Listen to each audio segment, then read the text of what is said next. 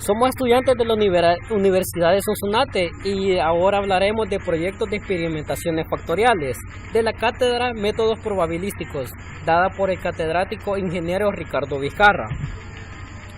Utilizaremos pruebas F-ANOVA de 2 factores por los integrantes Irving Stanley Guevara Valle y Kevin Eduardo Pérez Hernández.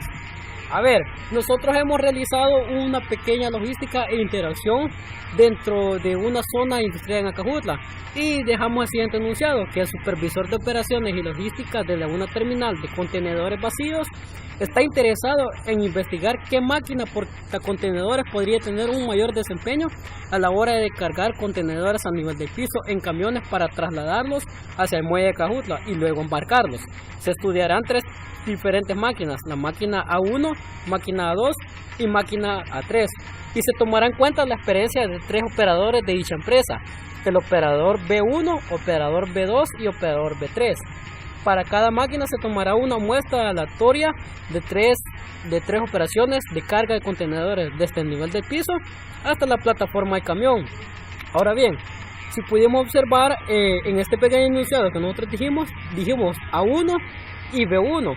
¿Qué nos quiere decir? Que el A1 es el factor A y el B1 es el factor B. En el siguiente video vemos el proceso de cada máquina cuando empiezan a cargar los contenedores hacia los camiones, y decimos que en la parte de arriba la máquina es una máquina totalmente digital a la hora de operación. En el lado de abajo tenemos que es una máquina mecánica, y a este lado tenemos la combinación de la máquina digital como la combinación de la máquina mecánica, lo cual nosotros le hemos definido como una máquina semimecánica. Para cada máquina la utilizaron cada operador. Por ejemplo, decimos que en la máquina digital el operador B1 la utilizó con 3 muestras, el operador B2 lo utilizó con 3 muestras, asimismo el operador B3 lo utilizó con 3 muestras, y así sucesivamente cada operador manejó cada máquina.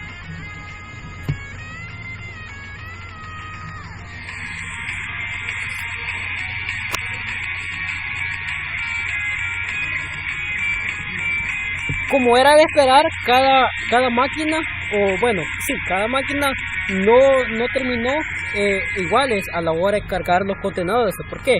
Porque recordemos que la máquina es un factor, y el factor, por decirlo así, no es igual. Bueno, de hecho no es igual el factor.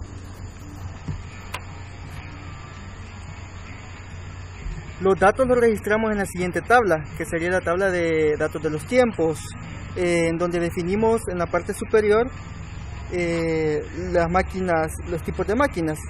Las máquinas serían unas máquinas marca Hyster, como el compañero lo explicó anteriormente. La máquina 1 era la máquina digital, la máquina 2 era la máquina semidigital y la máquina 3 es la máquina mecánica. De este lado tenemos a los operadores, el operador B1, B2, B3. Cada uno hizo 3 pruebas. En total se hacen 27 pruebas, de las que se calculó la media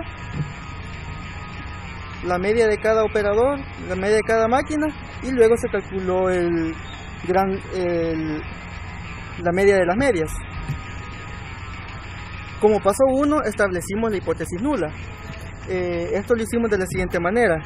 Sabemos que la hipótesis nula en este caso sería la media de la máquina 1 no va a ser igual a la media de la máquina 2 y tampoco va a ser igual a la media de la máquina 3.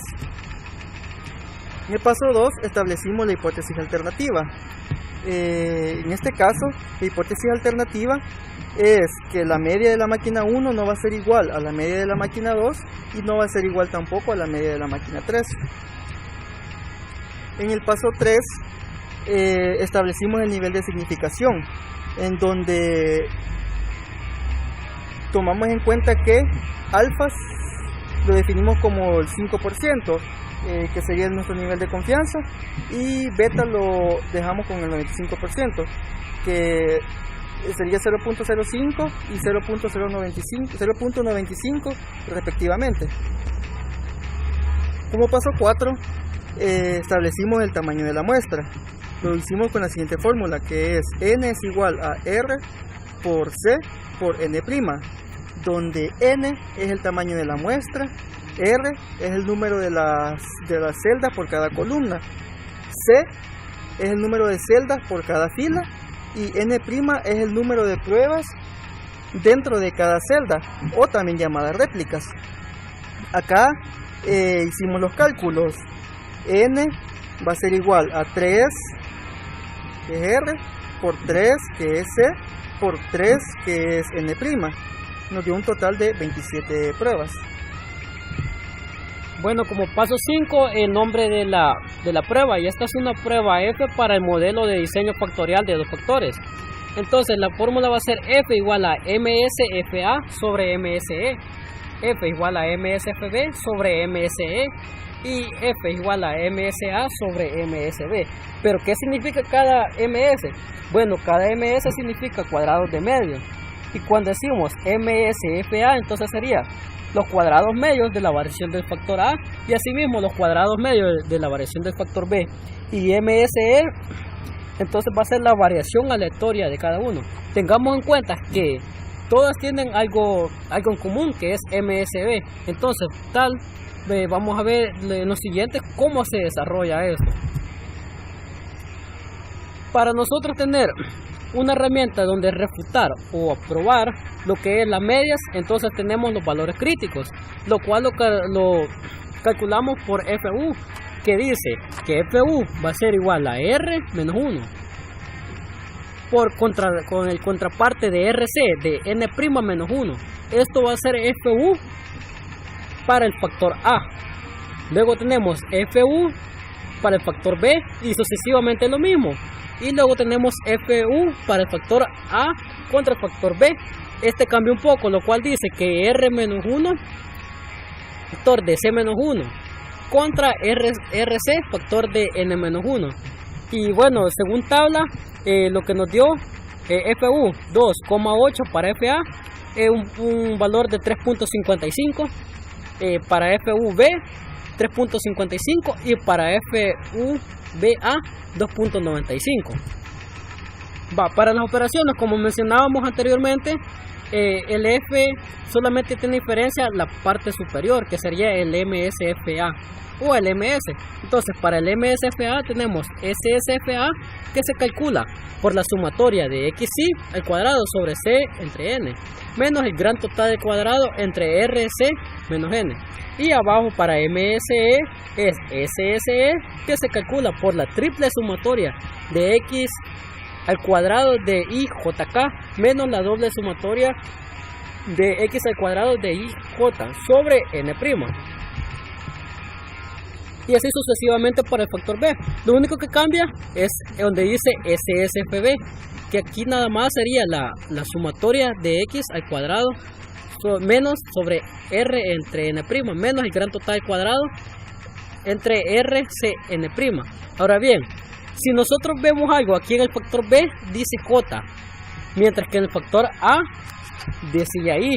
¿Pero qué significa eso? Entonces decimos que para el factor B, X al cuadrado J va a ser entonces la suma de los valores en las columnas del factor B. Y cuando nos encontramos con una I, va a ser entonces el factor de los valores de una fila del factor A. Y para el contraste de MSAB, tenemos lo mismo, abajo como común el MSE y arriba SSAB, que es la doble sumatoria de X al cuadrado de IJ menos la sumatoria de I al cuadrado menos la sumatoria de X.J más el gran total al cuadrado entre RCN. Y abajo tenemos la triple sumatoria. Ahora bien, aquí aparece IJK. Ese IJK nada más va a ser el valor de la k-enésima observación del nivel I del factor A y del factor B. En la siguiente tabla registramos cada dato que fue calculado. Por ejemplo, en esta columna teníamos los tiempos que fueron tomados con cronómetro por cada operador y máquina, ¿verdad? Igual acá, igual acá. Entonces se calculó el cuadrado de la sumatoria del cuadrado de las réplicas, la doble sumatoria de las xy al cuadrado, la sumatoria de las xj al cuadrado y así sucesivamente. De la tabla anterior obtuvimos los siguientes datos. En MSFA nos dio 1.042.222.204, MSFB 235.472.6013, MSAB 467.122.5668 y MSE, que es el valor común de todas las tres fórmulas, 154.039.9661. Al final nos dio un resultado de por ejemplo, por lo menos en FA, que sería el factor A, sería el factor máquina, nos dio 6.7659, el factor B nos dio 1.5286 y el factor AB nos dio 3.03. Acá definimos si aceptamos o rechazamos la prueba estadística. En el factor A rechazamos la hipótesis nula, ya que el valor del factor A nos cayó en la parte de rechazo, que como lo dijimos con el compañero anteriormente, era 3.55 el valor crítico y nos cayó en esa sección. En el factor B aceptamos la hipótesis nula, ya que el valor resultante del factor B nos dio 1.5286, que está dentro del área de aceptación. Y el factor AB lo rechazamos también, la hipótesis nula la rechazamos, ya que nos dio 3.03 y está en el extremo derecho de la parte de la zona de rechazo. El paso 9 es la decisión estadística. En este paso simplemente decimos con nuestras palabras como los resultados de la prueba. En el factor A se rechaza la hipótesis debido a que hay pruebas que el desempeño de las cargas de contenedor vacío por cada máquina es distinta entre sí. En el factor B se acepta la hipótesis nula, ya que hay pruebas que los operadores tienen la misma capacidad en manipular cada máquina en la operación de carga de contenedores vacíos. Y en el factor AB, que sería la interacción entre el factor A y el factor B, se rechaza la hipótesis nula, pues las pruebas hay pruebas de que según el tipo de máquinas, la operación de carga de contenedores vacíos se dificulta o facilita, aunque los operadores tengan la misma capacidad.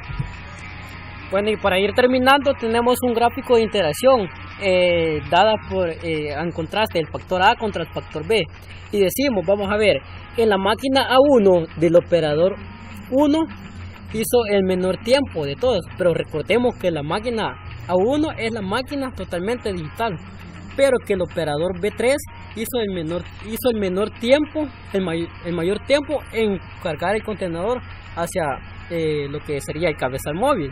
Ahora bien, pero nos fijamos en este pequeño detalle de que en la máquina A2 el operador B3 tiene el menor tiempo, inclusive tiene el menor tiempo de carga que el operador B1.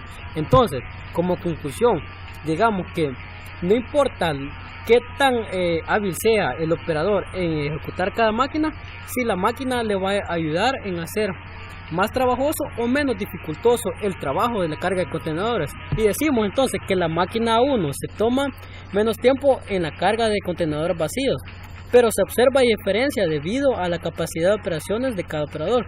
Por tal razón, se recomienda al supervisor de operaciones y logísticas de la empresa en cuestión utilizar la máquina 1 en las operaciones de carga de contenedores. Bueno, amigos, este ha sido el programa nada más desarrollado de nuestro ejercicio, esperando que haya cumplido las expectativas y viendo de qué forma se desarrolló la prueba FNOVA con 2 factores, teniendo en cuenta que utilizamos factor 1 como la máquina y el factor B, los operadores, la capacidad de los operadores y la capacidad de las máquinas. Muchas gracias.